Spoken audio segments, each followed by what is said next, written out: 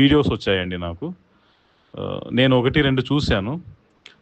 చాలా ఇంప్రెసివ్ అనిపించాయి. దాని తర్వాత మిమ్మల్ని అప్రోచ్ అయ్యాను.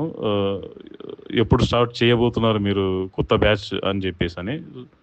సో మీరు ఒక డేట్ చెప్పారు. So I started attending your classes on regular basis. నేను చాలా చోట్ల డెమోస్ కూడా తీసుకున్నానండి.